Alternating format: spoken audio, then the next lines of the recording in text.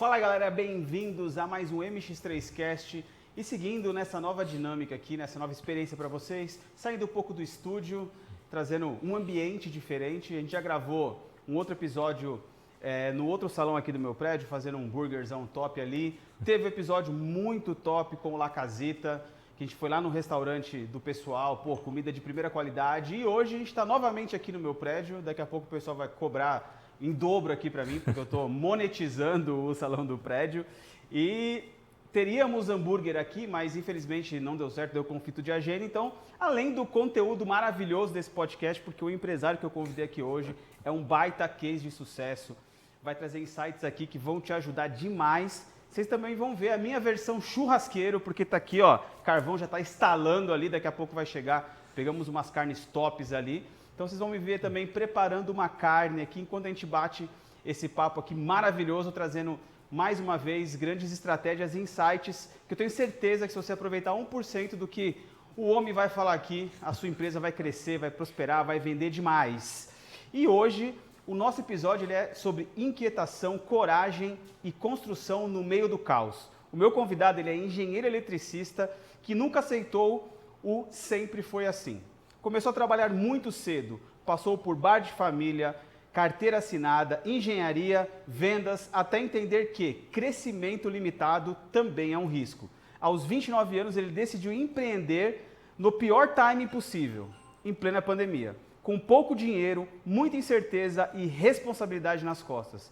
Não porque tudo estava pronto, mas porque esperar o momento perfeito nunca foi uma opção. Hoje ele é fundador da Intellect, uma empresa construída na base da resiliência, do trabalho bem feito e da convicção do que dá para fazer diferente. E com vocês o nosso convidado de hoje, José Macedo. Bem-vindos ao MX3Cast. Muito obrigado. Fábio, é uma honra, né, poder participar aqui com vocês. Esse bate-papo e assim, sem palavras pela sua apresentação, né?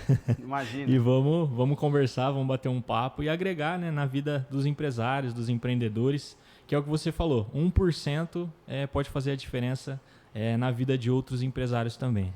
Cara, hoje eu estou numa batelada aí de gravação de podcast, a gente gravou um de manhã e no final eu sempre peço um insight para o convidado trazer para quem está assistindo, vou pedir para você também.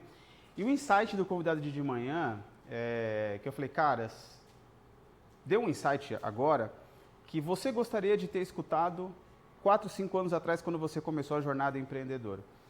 E ele falou assim, cara, uma das coisas que ele falou foi para a galera conversar mais, procurar mais pessoas, escutar mais e estudar mais. Então, quando ele falou isso, eu falei, cara, eu fiquei muito feliz, eu falei, puta, porque essa é a missão aqui do podcast. É trazer empresários de sucesso igual você, porque realmente, provavelmente você deve ter isso, eu tenho isso na minha jornada, você tem, acho que todo empreendedor, acho que não tem nenhum cara que ele começou na jornada e ele acertou 100%. Com certeza. Todo mundo errou, deu cabeçada em algum momento. Com certeza. E às vezes aquele insight que a gente escuta, que você fala, puta que pariu, tô fazendo essa cagada. Aí você vai e volta para a empresa, conserta e você vê... Em vendas tem isso, em gestão, em fiscal tem isso. Então, esse é o grande objetivo aqui. Trazer um pouco do seu case, você contar a sua história para nós de uma forma descontraída. Vamos falar um pouco de futebol aí também, que também é legal. Falar um pouco também dessa rotina de empresário e trazer o esporte também, porque no final das contas, se a gente não desopilar, o motor também estoura.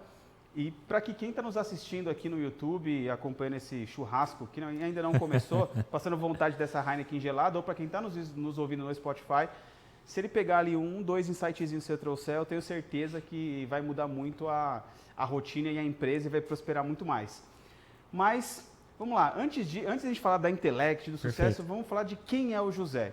Então, me fala um pouco da sua pessoa, da sua formação. Você é natural daqui de Londrina, me conta um pouco da sua jornada. Bacana. Então, eu sou o José, né, tenho 29 anos,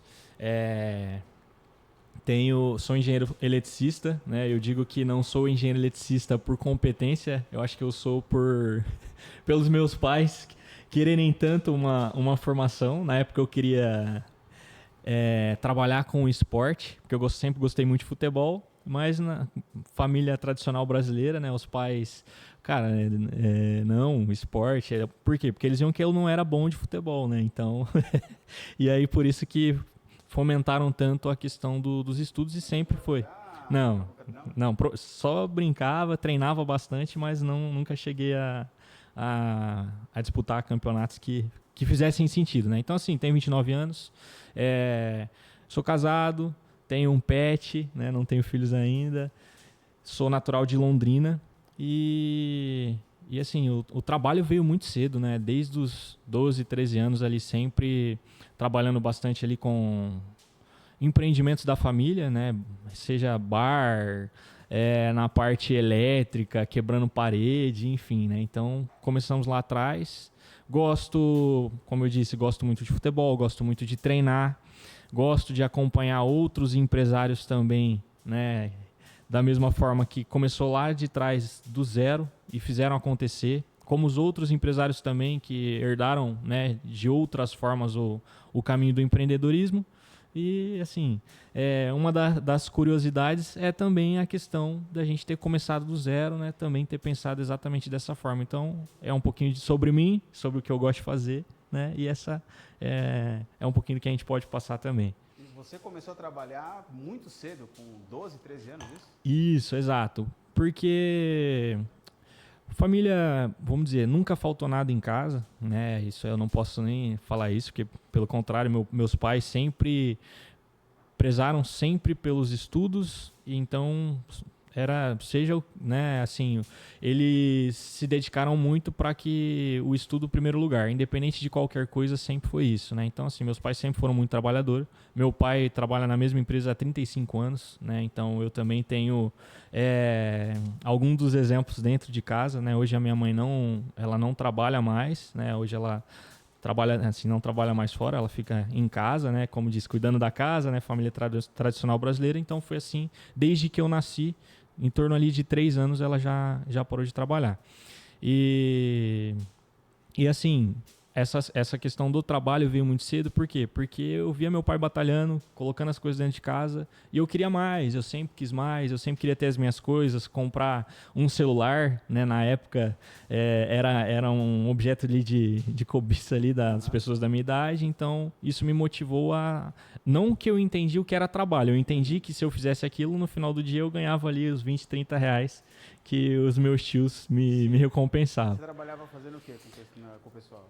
Na época meu tio é eletricista, então ele sempre levava para as obras para cortar parede, poder ajudar ali na questão da tubulação, cabeamento, tomada, então sempre dando esse apoio. Cara, sabe o que eu acho legal? Que isso é uma discussão que acontece muito hoje, que a gente não forma, a formação das crianças, dos adolescentes hoje está muito gourmetizada. E você entende que esse seu início ali, você ir para a obra, trabalhar pesado, ralar, sofrer, suar, você entende que isso foi importante para criar uma casca para você aguentar o que você sofre, porque assim, né? Todo empresário sofre, Sim, né? Sim, com certeza. Na verdade, assim, eu acho que o empresário ele tem 80% de sofrimento e 20% de alegria, né? Até desmistificando. Você quer virar empresário? Pô, lindo, maravilhoso, ok, mas é o seguinte, 80% de sofrimento e 20% de alegria, tá? Não, concordo plenamente, isso foi, eu digo que 90% do que eu sou hoje foi grato ao passado, né? Então eu sou muito grato pelos meus pais, por eles terem permitido que eu trabalhasse com 12, 13 anos, né? Independente se né, mediante as leis trabalhistas, enfim, não poderia, mas família, né? Então, independente. Então eu sou muito grato a isso, porque querendo ou não, foi isso a casca que me deram para eu poder ter resiliência, ter tranquilidade para hoje, né? Em meio aos problemas, para entender que a gente ali precisa estar confortável com o desconforto. Então eu acho que foi primordial ter passado por tudo isso lá atrás, muito cedo, ter aprendido, né, que não era qualquer coisa que poderia me tirar do sério, e realmente eu entendi o que era trabalho, né? Trabalho de verdade. Então, que é o que falta muito hoje, né? Você pega hoje 12, 13 anos, a galera de hoje, para comparado com o passado, é muito diferente. É óbvio que o mundo mudou, a sociedade mudou como um todo, mas pegar isso como comparativo, para mim, eu acho que foi fundamental. Se você olha hoje, o pessoal parece que quer deixar as crianças, os adolescentes, pré-adolescentes, né, numa redoma, assim, cara, não, vai ficar em casa e tudo mais, pô, mas vai sofrer. E isso, se a gente for analisar a evolução das gerações, é sempre assim, né? A próxima geração, ela não quer que o filho dela sofra o que aconteceu com ela e isso vai... Aí muda na próxima e Com por certeza. aí vai. Só que eu comecei a trabalhar com 13 anos também e no mesmo pensamento que você. Tipo, eu tinha... Cara, hoje R$50 você não faz nada, né? Mas eu ganhava da minha avó uma mesada de R$50. Minha mãe não me dava dinheiro. Minha avó me dava 50... É que R$50, quando eu tinha 13, 12 anos, era muito dinheiro. Sim. Era o tênis da época, que era o Headley, a galera mais antiga vai lembrar. Esse tênis, que era o da época, esse tênis custava R$45, 50 e era muito caro. Então, assim, 50 era muito dinheiro. Só que eu comecei a namorar na época, minha primeira namorada na época, e R$50, beleza, é legal, mas não dá pra você sair, ir pro shopping, pro cinema. Eu sou um pouco mais velho que você. Tinha acabado de lançar o celular lá, os Nokia tijolão. Eu tinha que juntar muitos R$50 para comprar um Nokia. E eu ficava na orelha da minha mãe, que eu queria trabalhar. E minha mãe falou, não, tá bom, você quer trabalhar? Na primeira vez que eu falei, você quer trabalhar? Tá bom, vou botar você para trabalhar. E minha mãe também me levou para trabalhar com ela. Minha mãe era gerente do Banco Pan-Americano, era do Banco Cacique na época, que depois virou Banco Pan-Americano. E ela conseguiu e me botou para trabalhar. E nunca, ela me colocou, ela trabalhava lá, mas assim, se vire aí. Só que desde cedo, que tem algumas coisas, quando você vira empresário, elas são muito importantes. Que, por exemplo, é a resiliência. Você pode estourar esse mês, você pode estourar 3 meses seguidos. Mas em algum momento vai acontecer alguma coisa na economia, na política, sei lá, alguma coisa vai acontecer que aquela sua curva de vendas ela vai cair, talvez seu caixa vai balançar. Esse você vai ter que ser muito forte, você vai ter que ter uma casca, você vai ter que procurar, você vai ter que dar um jeito de se virar. E quando a gente começa muito cedo a trabalhar, a gente aprende o quê? A se virar sozinho e a procurar saídas para construir alguma coisa para nós. Então a gente já começa com um chip de construção desde pequeno.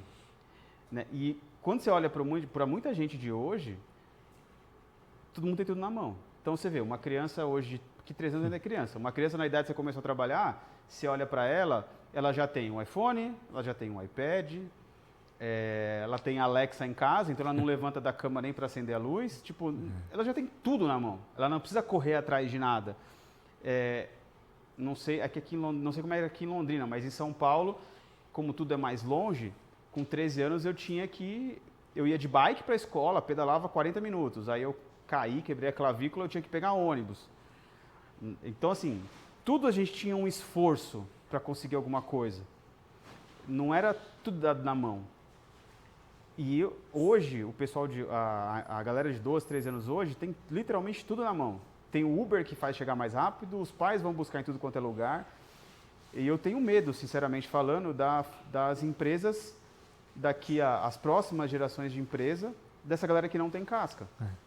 Porque para nós, a gente leva 2, 3 porradas, cara, beleza, a gente vai, abala, né? A gente não é de ferro, mas a gente levanta e continua e vai para cima na luta. Exatamente. E isso é muito importante para o empresário. E tem muita empresa que não dá certo, não é porque a empresa é ruim, o produto é ruim, é porque o empresário leva uma porrada, 2, ele já desiste e vai embora. Exato. Viu, Cledson? Você que virou empresário agora, que vai ser sócio agora, você vai levar porrada mês sim, mês não, tá? Não abale, tá? Só vai porrada, viu?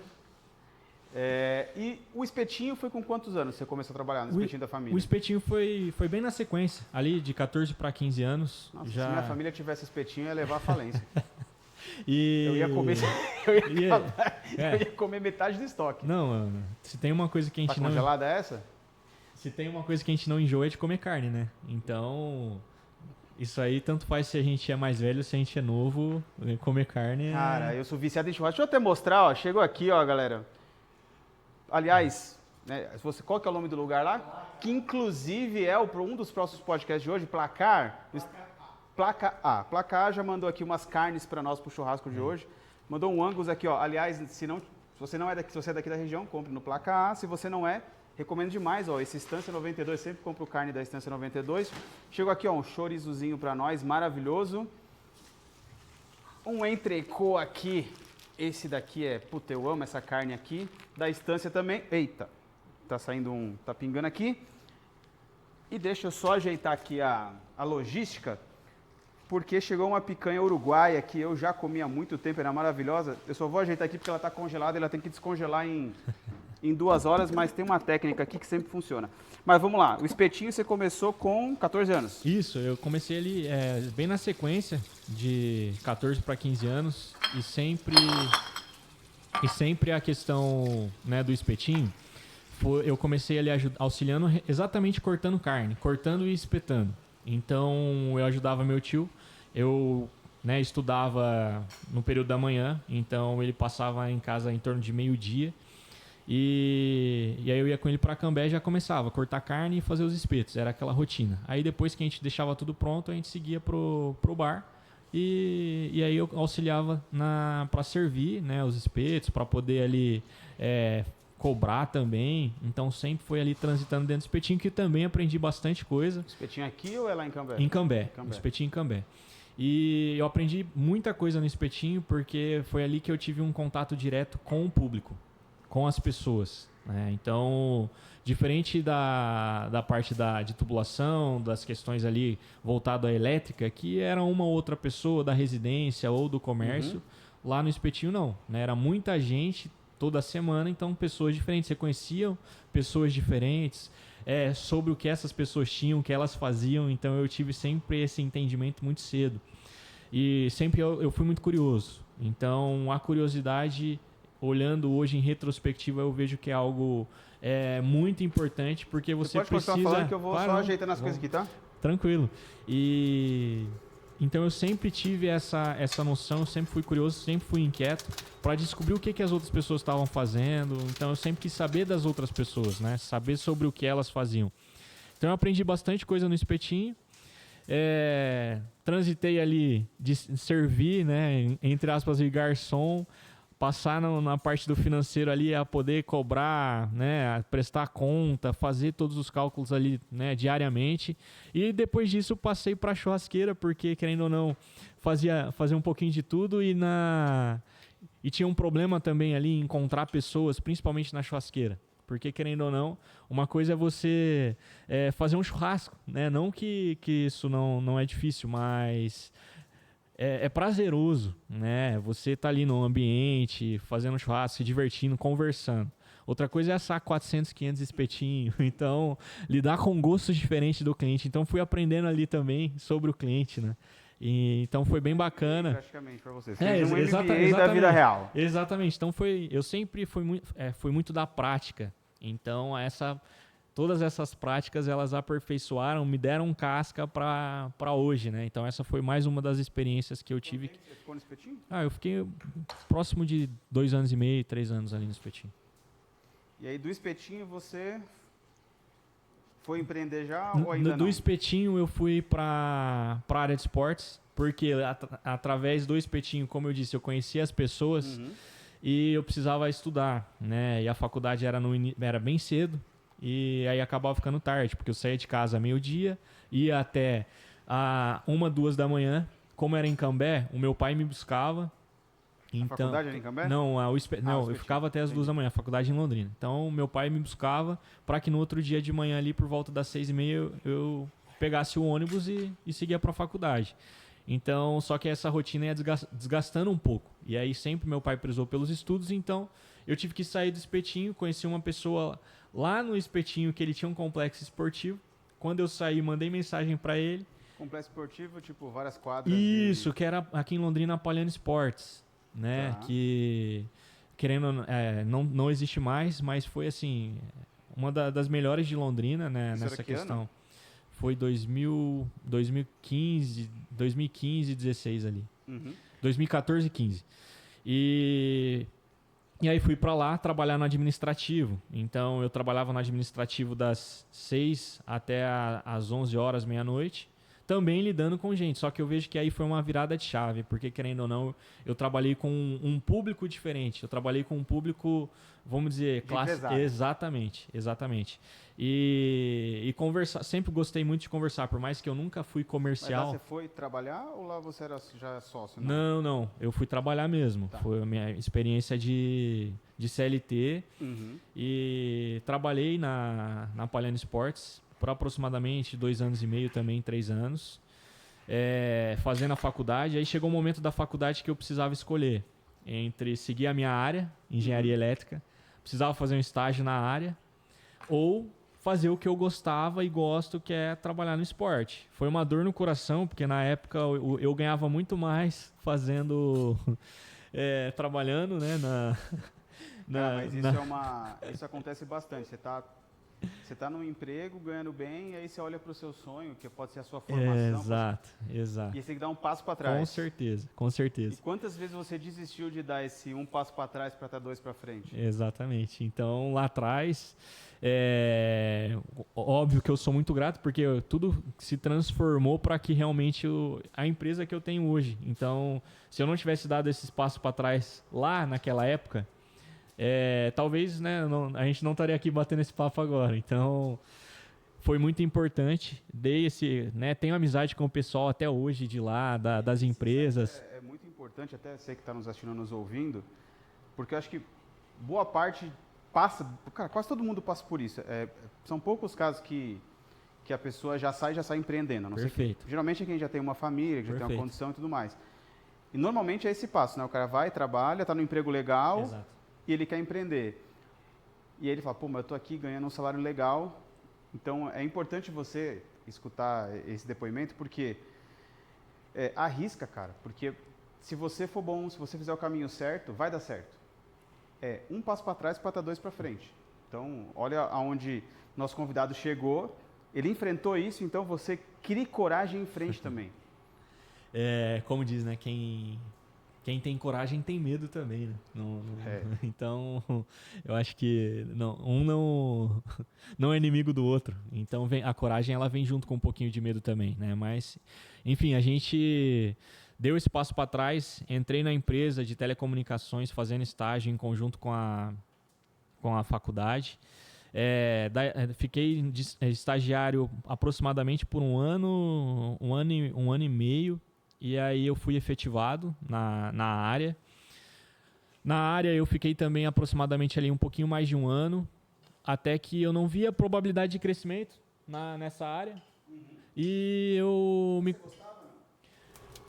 Assim, eu gostava, eu gostava do que eu fazia, porque eu tinha um relacionamento com o cliente, mesmo não entendendo, mesmo ali na época, não em questão de contato com venda, nunca, né, entre aspas, diretamente tive contato com a venda, mas como eu tinha um relacionamento com o cliente, então eu gostava bastante por conta do relacionamento.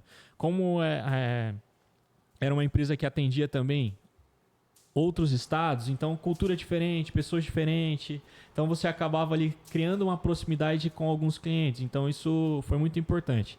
Aí fui para o comercial, departamento comercial, fiquei aproximadamente 9 meses e foi aonde de fato eu conheci e ficou ali escancarado a questão de ser empreendedor, de querer alguma coisa, de ter alguma coisa, foi dentro do comercial, por conta da dinâmica, por conta do relacionamento com o cliente que eu já tinha. Porque ali eu entendi que se você unisse o conhecimento na venda, você conseguia a venda te levar a lugares que talvez outras áreas não te levaria, né? Então eu entendi que unir o conhecimento, a parte técnica na venda é um diferencial. É o sinal da carne para mostrar que... Então, foi muito importante. Fiquei aproximadamente 9 meses. E aí saí de lá querendo transformar, querendo ter a minha empresa, mas ainda não entendi que não era o momento. E aí fui trabalhar com solar também na área comercial, que foi onde me deu a bagagem. Que empresa você trabalhou de solar? Trabalhei na Bono Fotovoltaico. Você trabalhou na Bono? Trabalhei na Bono. Tá. Então, fiquei um pouco mais de 5 meses. Quando eu iniciei a jornada no comercial, eu já iniciei falando que ia abrir empresa, né? Então ia chegar um momento que você tava com o pé em 2 barcos. E aí você precisava fundar um. E aí, como que eu ia fundar um negócio que eu tinha acabado de começar, né? Isso aí foi em meados de 2019, final de 2019, né? Então eu saí ali do solar. Você nem pegou o boom, cara. Eu peguei o solar, foi em fevereiro.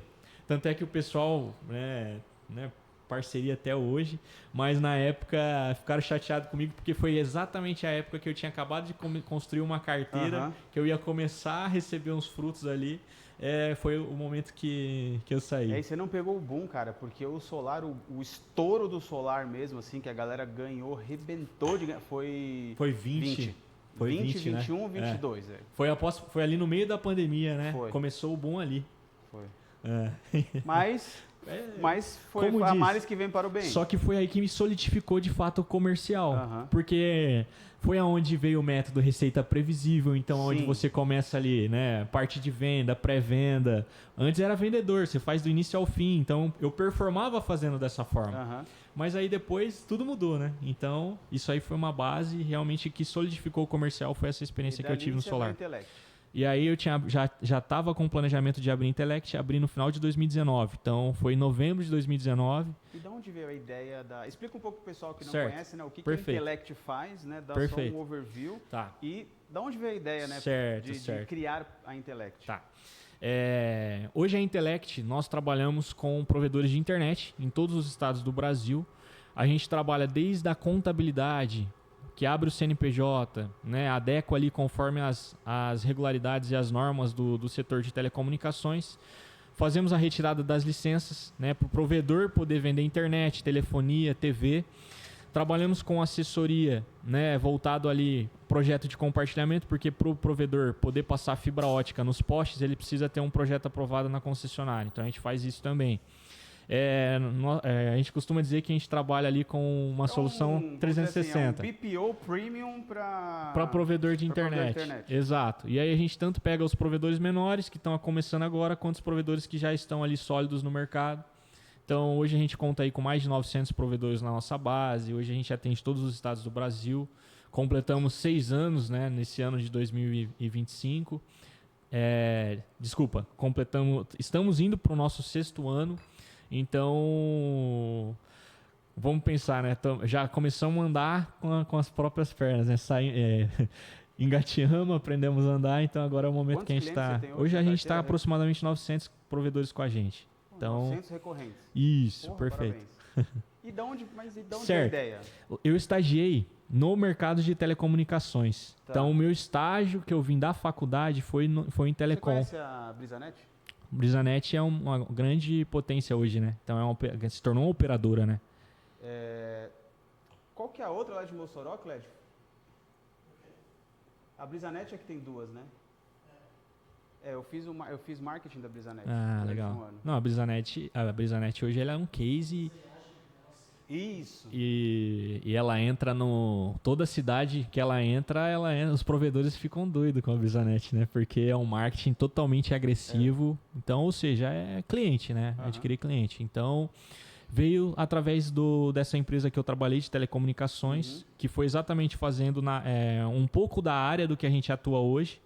E aí eu sempre pensava que, poxa, né? Você agrega um conhecimento, você aprende muita coisa e isso é desperdiçado. Né? Então já era uma área que a gente gostava, era uma área que eu gostava, então aí eu foquei nessa área e a gente abriu por conta desse estágio que eu comecei na época, né? Então, ou seja, aquele passo para trás que eu dei, que eu querendo ou não ganhava mais, fui estagiar na área e graças ao estágio que eu tive, foi o potencial aí para eu poder abrir a empresa no final de 2019. Então veio de lá atrás. E você abriu na cara e na coragem. Foi na cara e na coragem. Convenci outras 2 pessoas para que entrassem em conjunto comigo, porque, querendo ou não, desde cedo, desde quando nós iniciamos a empresa, a gente sempre passou para o cliente da ponta que a nossa empresa ela era uma empresa, entre aspas, grande. Grande no quesito de pensar grande, de entregar de forma organizada para o cliente. Então, por exemplo, eu trabalho, eu engenheiro eletricista, o Arthur, meu sócio, também engenheiro eletricista. E a Francine, que hoje ela é minha sócia de vida, advogada, ela também na área, nós 3 da área, então nós montamos basicamente um escopo que era alguns pilares do provedor de internet. Então foi, querendo ou não, essa bagagem ali inicial. Depois disso, entramos em outras sociedades, que a contabilidade ela veio depois, porque conversando com os clientes, por que nós precisamos conversar com o cliente? Porque conversando com o cliente a gente vai entendendo a necessidade. Né? Cada cliente tem as suas dificuldades. Então, conversando com os clientes, a gente vai entendendo as necessidades deles e a gente vai entendendo, bolando soluções. E aí eu entendia que eu precisava de um contador. E eu não era contador. E para você ter uma contabilidade, você precisa ter um contador. Então, a gente foi atrás de um sócio contador. E aí a gente abriu a Intelectcom, que é uma empresa do grupo, que é focado em contabilidade para provedores de internet. E aí as soluções elas foram aumentando, porque hoje a gente utiliza muito esse exemplo, né? Mas lá atrás, a gente sempre pensava como um posto de combustível. Ou seja, o nosso foco ele tem sim que ser o plano base regulatório aqui para os ISPs, só que no posto de combustível talvez o que ele ganha menos dinheiro é com combustível. Ele vai ganhar dinheiro com as outras coisas, que é a perfumaria, é o chocolate, é as outras coisas, é uma padaria que tem ali dentro. E a gente pensava exatamente da mesma forma dentro da Intellect, que a gente precisava, tinha ali o arroz com feijão, que era para pagar as contas, mas as outras coisas que ia fazer levar a gente para o próximo nível, e aí a gente foi agregando soluções. Pô, e no início ali, qual foi? Foi em plena pandemia isso, né? Plena pandemia. E como é que você fez para construir, construir carteira, ir atrás de cliente no meio da pandemia? Qual foi o desafio ali no início? Quando a gente começou, vamos dizer assim, né, lá naquela época, 2019, eu tinha um salário aproximadamente aí na época era de R$6.000. Posso esquecer da carne, né? Era R$6.000 na época. Então, como que você ganhava 6.000 num mês, no outro você ganha 0? E aí o dinheiro que eu tinha, basicamente era para pagar as contas que eu tinha feito, cartão de crédito, isso e aquilo. Então eu não tinha um dinheiro para investir no negócio. Então o que eu fiz? Meu pai tinha um Seninha 2009 na época. Meu pai nunca tinha quitado um carro na vida dele, foi o primeiro carro que ele quitou. Pensa, o CLT, falar para ele que eu tava ganhando 6.000, no tomei 0, vou montar a empresa. Loucura, né? Então, hoje é mais comum isso, né? Mas antigamente, minha mãe queria que eu fosse funcionário público. Exatamente. Trabalhasse no Banco do Brasil. Exatamente. Então, refinancei o carro do meu pai para poder ali... Eu refinancei o carro do meu pai, a minha sócia pegou um consignado da mãe, o meu outro sócio pegou um dinheiro com os pais, então foi isso que a gente começou. Então, assim, o começo era celular, uma mesa que cada um pegou uma mesa de casa, pegamos essa mesinha aqui, basicamente ela não estava 100%, mas precisava de uma mesa, então a gente ia ajeitando ela ali na sala. E a lista era pública, eu sabia como identificar os clientes, consulta pública na Anatel, pegava ali, estado, batia o telefone e ligava, era 100 ligações por dia.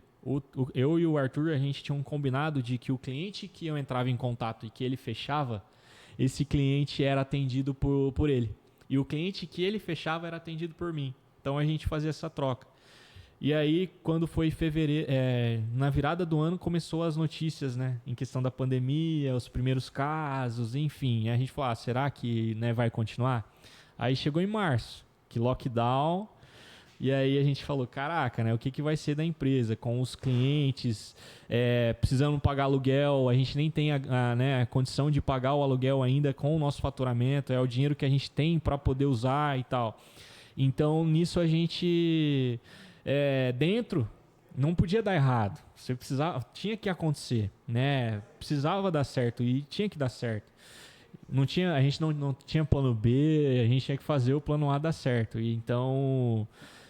graças a Deus, pro mercado de telecom, a pandemia, entre aspas, ela potencializou o mercado, porque foi todo mundo para casa, exatamente, o que mais precisava da internet.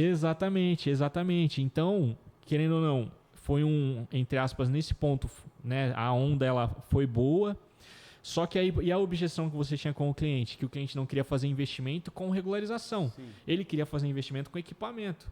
Porque o plano de 100 mega que o cliente dele tinha, poxa, colocou filho em casa, esposa em casa, ele em casa, para ele trabalhar de casa, precisava aumentar o plano. Sim. E os provedores, eles também não estavam preparados para poder fazer essa transição de equipamento.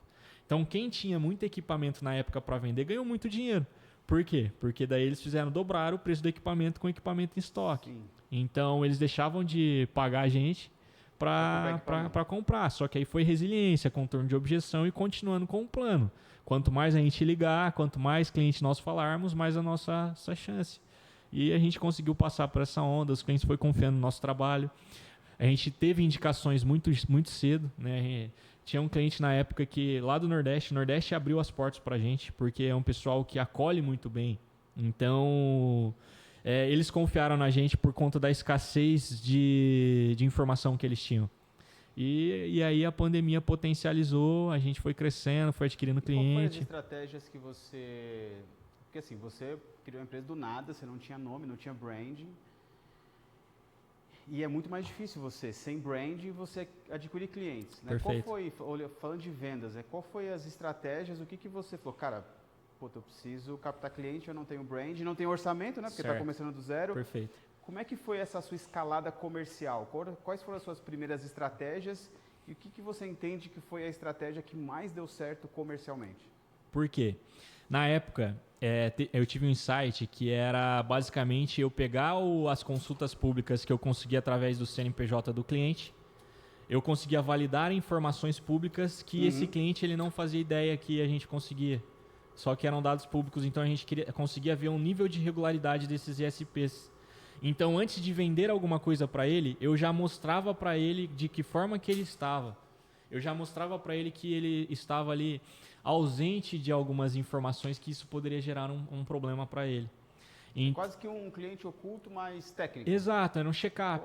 Era um check-up. Eu chegava para ele e falava assim, olha, porque como que você vai confiar numa pessoa que não tem marca, numa pessoa que, não tem marketing, nunca escutei falar, abriu o CNPJ, consulta a receita, aqui agora, novembro de 2019, e ele tá me ligando, empresa do zero, capital social de R$1.000, e aí, o que ele tem a me oferecer? É golpe, né? Vamos pensar assim. Sim. A gente marcava um check-up, agendava com o cliente, olha, através do seu CNPJ vou fazer uma consulta pública com as informações que são públicas, não vai te gerar nenhum prejuízo, você não vai me pagar nada por isso. Você só vai perder 10 minutos do seu tempo. E aí a gente agendava, pegava a ligação, ele aceitava, pegava um check-up bem simples de uma folha, só que a gente conseguia ler muito bem essas informações. E aí ele deixava o cliente sem alternativa. Ele tinha a sensação de, vamos pensar que ele estava em débito com a gente. Porque eu levei tanta informação para ele de graça que ele falou, cara, eu vou ter que contratar, vou ter que dar o braço a torcer. Exato. Então foi assim que foi dando certo. E aí, através disso, do check-up, deles confiarem no intelecto, porque eu não estava vendendo nada para ele inconscientemente. Conscientemente eu não estava vendendo nada. Mas ele tinha a sensação de débito porque eu levava muita informação e talvez a consultoria dele, em 2, 3 anos que ele estava, não teve esse acesso em tão pouco tempo. Então, o nosso conhecimento técnico fez ele confiar em nós. Ele confiou no que a gente mostrou no check-up. E você fechou o primeiro ano com quantos clientes? O primeiro ano a gente fechou aproximadamente com 12 clientes. Na época era um faturamento de R$4.000 mensal. Por cliente ou total? Total. É que o primeiro ano foram quantos meses de operação? Foram de novembro a dezembro. Tá. Foi um mês, um pouquinho mais que um mês. Então, o segundo ano, né? O primeiro ano completo ali. Quantos clientes você chegou? No primeiro ano ali a gente bateu já mais de 100 clientes. No primeiro ano. Era uma média ali mais ou menos de 8 a 10 todo mês que nós colocávamos para dentro. Então aí a gente já tinha uma base, você já conseguia trabalhar com indicação. O primeiro canal nosso muito forte foi indicação. Então foi o boca a boca. A gente tinha querendo ou não, depoimentos dos clientes. E aí foi aonde a gente começou marketing. A nossa logo foi criada por uma das nossas sócias. Foi assim. Eu e o Arthur, a gente trabalhava no comercial da Bono Fotovoltaico. E aí a gente foi fazer uma rota e a gente precisava dar o nome na empresa e a gente não sabia. E aí a gente foi lendo as placas e falando assim, nome tal, nome é uma não coisa sei o muito quê. difícil de entendeu? Sacar. Então, aí a gente viu uma placa, intelectual. Daí eu falei, cara, intelecta engenharia. O Arthur, cara, intellect, vamos tirar o A. E foi assim. Surgiu, registramos a marca, o nome pegou, um nome que basicamente eu gosto muito do nome. Então foi nisso, não teve, poxa, vocês pensaram iniciais dos sócios, ramo de telecom, faz sentido, né? Porque da Intellect, tecnologia, enfim, mas não foi consciente o nome da marca. Depois do rebranding nós vamos colocando os elementos, mas não foi consciente. Foi essa rota, através das placas na estrada, que a gente... Porque era muito amador. Ninguém tinha liderado na vida, ninguém tinha, com exceção de uma sócia que ela já tinha sido líder de um hospital, eu nunca tinha experiência de líder. Eu era líder do meu time no videogame, mas do restante não tinha essa experiência. Então era tudo muito, entre aspas, assim, amador de conhecimento. Sim. A gente queria muito, mas em questão de nível de conhecimento, de empreendedorismo, nós não tínhamos. Minha próxima pergunta é justamente nessa linha. Quando você sai enquanto você é colaborador ali, você está na empresa das outras pessoas, você vai lá, entrega o seu objetivo e acabou. Quando você salta, você olha o dark side ali, que é literalmente você é responsável por várias famílias, você tem que fazer a gestão de todo mundo, você tem que fazer o financeiro, você tem que fazer o fiscal, você tem que fazer a gestão, tem que contratar, que uma parte de uma dificuldade. Perfeito. Qual foi o maior desafio para você, isso foi para você e para a Intellect ali no começo, principalmente, de, beleza, somos empreendedores novos, né? O que você mais bateu cabeça, o que você mais sentiu dificuldade ali quando você pulou para o outro lado e virou realmente empresário? Tá. A dificuldade foi... o cliente não tem... a menor dificuldade eram os clientes. A dificuldade maior era, óbvio, um alinhamento em questão da sociedade em si, né? Porque são pessoas diferentes, pensamento diferente. Então, assim, não foi por nenhum motivo, mas querendo ou não, por uma sociedade. Primeiro, você tem que confiar nas pessoas. E aí é óbvio no que elas têm a oferecer, né? Porque às vezes a gente vai fazer uma sociedade na amizade e acaba dando errado. Sim. Então, que é comum, né? Isso a gente vê muito. Mas... deu muito certo o nosso relacionamento por conta de confiança e caráter de cada um. Só que era um desalinhamento, porque, poxa, vou comprar um papel higiênico. Mas tem que ser dessa marca. Poxa, muito caro, não sei o quê. Então, querendo ou não, todo mundo queria dar pitaco em cima de tudo. E isso é muito ruim. Até que a gente entendeu, cara, é irrelevante essa discussão. A gente tem que dar nome aos bois. Nós temos que, responsabilidade do corporativo, de compras, fulano... A não ser que seja uma decisão que vai descapitalizar muito a empresa, porque, querendo ou não, o dinheiro era fundamental para nós naquela época, não que não seja hoje, mas os riscos eles eram muito maiores. A gente definiu que coisas grandes sentavam todo mundo, mas senão a gente tinha que confiar um no outro. Então esse foi um ponto muito relevante. E a questão de colaboradores, porque você também contratava por amizade. Você buscava... pessoas para a empresa por amizade. Trabalhei com fulano, não sei quem da família, isso e aquilo. E a pior... Isso é sempre a pior opção. Exatamente. Ô, Clécio, você quiser pedir para eles sentarem aqui, até escutando... Tá. Não, tem cerveja ali já. E já, assim, né? Hoje, galera, estamos no flow aqui, um episódio em cima do outro. O próximo convidado já chegou, só para vocês entenderem aqui. E vamos... Mas vai falar para eles, tem cerveja ali, se vocês quiserem sentar ali já e já ir tomando uma... Então, foram assim, eu acho que os dois principais erros que nós cometemos foi contratar por amizade, demorar para demitir por exatamente por... Cara, é sempre o mesmo, né? Cara? Você conversa com vários empreendedores, por isso que a gente volta no como a gente abriu o podcast. Tem certas coisas que se a gente escutasse quando abrisse a empresa e começasse, melhorava. E esse é um padrão, cara, é contratar amigo, contratar parente... não definir bem qual que é a atividade de cada um. Acho que, cara, todo mundo passa por isso daí. Uma frase muito boa que eu escutei ao longo dessa jornada é: não contrate ninguém que você não possa demitir. E aí, cara, essa é maravilhosa. Essa frase é maravilhosa. E aí você olhando, né, hoje, óbvio, você consegue, cara, realmente essa frase ela tem total sentido. Porque é uma família, poxa, é tio, irmão, enfim, primo. Pode ser que dê certo, tem muitas sociedades que funcionam hoje. Mas o que a gente vê de problemas é muito maior do que as que deram certo, né? Então, acho que esses são os dois principais pontos. Depois que a gente conseguiu alinhar a sociedade, dar responsabilidade,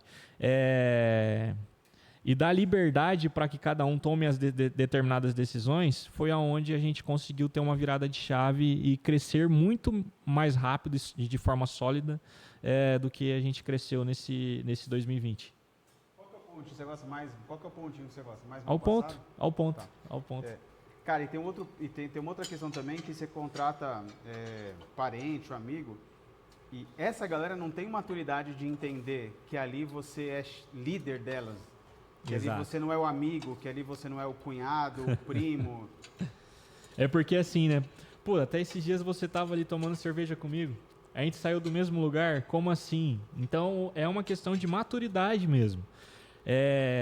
Eu acho que isso influencia muito, né? Hoje a gente vê muitas empresas, muitos negócios familiares aí fechando, negócios extremamente relevantes no cenário por conta desse desalinhamento, por briga, por confiança. Então, eu acho que quando a gente vai fazer uma sociedade, não é uma regra, né? Mas eu acredito que primeiro a gente tem que confiar na pessoa, no caráter dela, entender quais são as habilidades que ela vai entregar, porque você vai montar uma empresa, você precisa ter dinheiro, você precisa ter ou know-how. Porque você tem dinheiro, você vai atrás de pessoas que têm, né, determinada habilidade. Se você não tem, você precisa ter know-how. Então, acho que são as duas principais etapas ali que a gente vai pensar, né? E hoje você tem quantos colaboradores na empresa? Hoje a gente está chegando em 50. Chegando em 50 colaboradores, mais ou menos. Você tem só unidade aqui em Londrina? Só em Londrina. Tá. Só em Londrina. Mas tem clientes no Brasil No Brasil todo, exato. Hoje a gente está chegando em 50 colaboradores. Desafio, né? Lá atrás, que a gente começou numa salinha de 39 metros. Hoje nós estamos batendo aí 500, né? 500 metros aproximadamente, com 50 pessoas. Lá atrás a gente queria chegar, só que não imaginava que chegaria na proporção. A gente sempre quer, né? Quando a gente vai empreender, a gente quer chegar muito longe, quer isso, quer muitas coisas, mas a gente não imagina, né? Então hoje temos problemas maiores, né? E como é que você enxerga o mercado daqui para frente? Quais são os planos de futuro da Intelect? Certo. Ainda mais que a gente está num ano que tem Copa do Mundo, Perfeito. Eleição. Perfeito. Você mexe com a parte administrativa, então tem alteração de regra tributária. Com certeza. Como é que você está enxergando o mercado daqui para frente? Hoje o mercado de telecom, principalmente... Vou tirar um para mim super mal passado que eu gosto assim, quando morde o boi tá berrando, tá?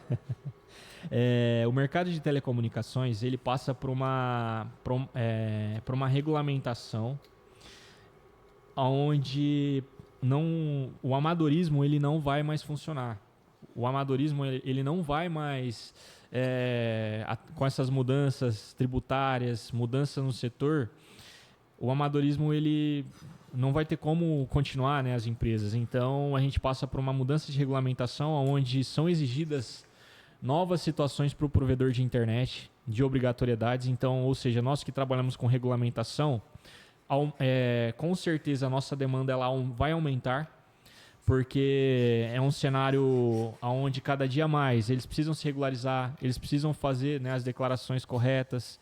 Então, telecomunicações, querendo ou não, pensando em tecnologia, fibra ótica, cara, a gente vive o auge. O Brasil hoje é onde a gente tem um dos maiores níveis de tecnologia, telecomunicações do mundo. Então, em questão de internet, principalmente, a nossa internet ela é extremamente... é de muita qualidade. Eu acho a nossa ruim. Então... Então tá bom, então estamos no paraíso. Então, assim, temos muitos players hoje que oferecem internet de qualidade, né? Só que aí, óbvio, né? O mercado, como diz, né? Tem boas experiências e más experiências também.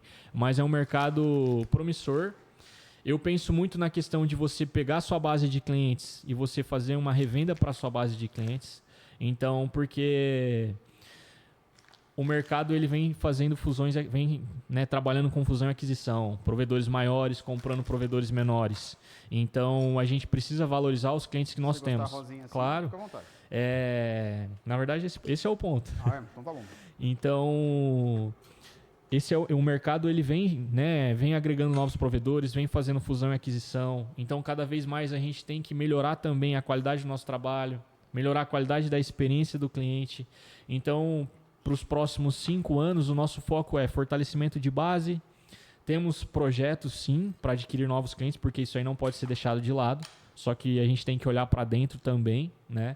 Então, é um ano de 2026 onde a gente pensa principalmente na organização do grupo, né? Na organização da Intellect. Nós pensamos também na organização dos nossos clientes por conta dessa mudança de 2025 para 2026 com a parte, né, de tributação, por algumas obrigatoriedades além dos empresários, mas também do nosso setor. Então, eu vejo com bons olhos. Eu vejo que vai evidenciar os bons. Eu vejo que daqui para frente vai realmente evidenciar as boas empresas, as boas pessoas, e quem entregar o básico bem feito trabalha acima da média. Qual que é a sua meta para 2026?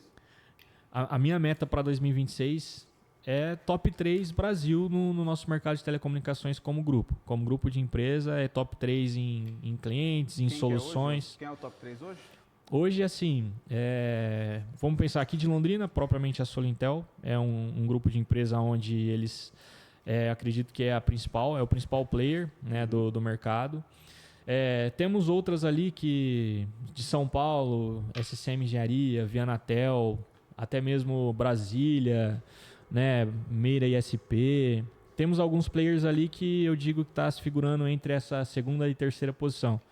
Então, a gente quer chegar lá, né? A gente já tem um conhecimento, os clientes já conhecem a gente vai para cada canto do Brasil, eles já ouviram falar da gente, a gente vem fazendo um trabalho de marketing muito forte do meio do ano passado para cá.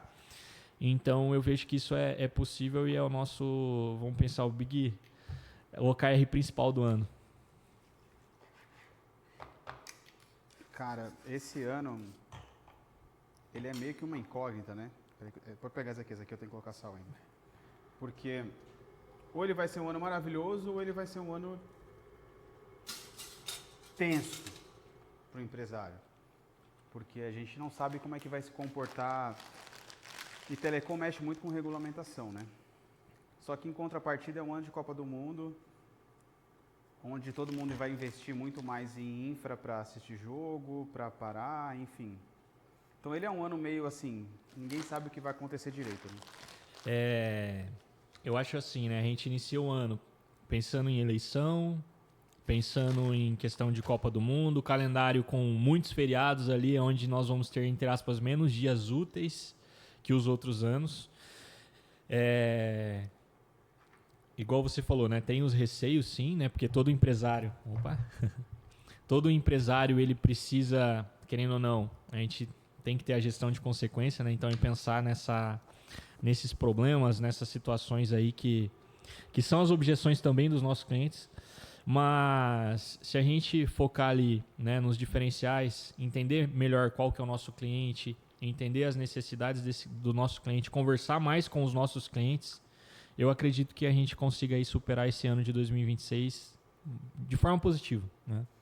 E para a gente ir para o nosso fechamento, você hoje com 29 anos, o que mais te orgulha na sua trajetória? Olha, hoje, olhando assim em retrospectiva, eu acho que o que mais me orgulha é realmente ter feito as coisas com um propósito e entendendo ali que fazendo certo, sem passar ninguém para trás, trabalhando ali com seriedade, com os clientes, com os colaboradores, e a gente poder chegar, né, em 2026 com o crescimento que nós tivemos. É óbvio que, né, a gente tem muito a crescer ainda, mas ter superado todas essas barreiras de pandemia, ter superado objeção de política, de, né, cenário, enfim, que é adverso pro empresário, mas como diz, né, é aí onde vem as oportunidades. Então eu enxergo que nós tivemos essa oportunidade. Então olhar essa retrospectiva e ver que hoje a gente tem com a gente, né, colaboradores onde nós querendo ou não, a gente faz a diferença. Então a gente pensa que os nossos colaboradores hoje, eles têm que ter um lugar legal para trabalhar, tem que identificar algo ali dentro, né? E também entender que o colaborador ele não vai viver a vida inteira dentro da empresa, mas que de alguma forma nós contribuímos com ele e ele contribuiu com a gente. Então eu acho que o que mais motiva e o que eu mais sou grato são as pessoas, porque a gente também contratou e temos muitas pessoas boas com a gente. Então, além da nossa família, que é um dos nossos propósitos, mas as famílias também das pessoas que estão com a gente. Então, acho que é o principal propósito e a gratidão é pelas pessoas que nós tivemos nessa caminhada que fez levar a gente do ponto A para o ponto B. Bom, sensacional. E para a gente fechar com chave de ouro, aquela perguntinha que eu antecipei lá no início do podcast, olhando para sua câmera, qual que é o conselho que você gostaria de ter ouvido lá atrás, quando você resolveu empreender, para todo mundo que está nos assistindo aqui, está nos ouvindo no Spotify, para escutar esse conselho que, cara, vai ajudar muita gente a não tropeçar, com certeza. Eu até mencionei isso, né, que uma das frases que eu gostei de ouvir e que hoje ela tem um enorme significado é: não contrate ninguém que você não possa demitir. Então essa é uma frase que eu levo, né, comigo, que ela faz muito sentido e eu acredito que para os empresários também. Mas se eu puder deixar uma outra questão, é que você tenha resiliência, né, com os problemas, que não é diante da primeira dificuldade que você tiver que você jogue tudo pro ar, que você realmente fique firme no seu propósito, porque como a gente diz, você pode mudar sim as ruas até você chegar no seu destino final, até você chegar no final da sua caminhada, na sua trajetória, mas você nunca mude realmente o resultado final. Você mude os seus caminhos. Poxa, essa rua não vai te levar no lugar desejado, mas você pode passar por outras ruas.